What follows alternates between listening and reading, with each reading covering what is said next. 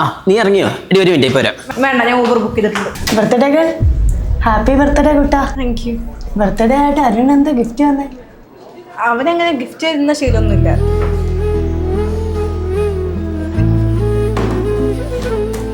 അല്ല നീ എന്തിനാ രാവിലെ ഊബറിനൊക്കെ പോയത്? ഒന്നുമില്ല.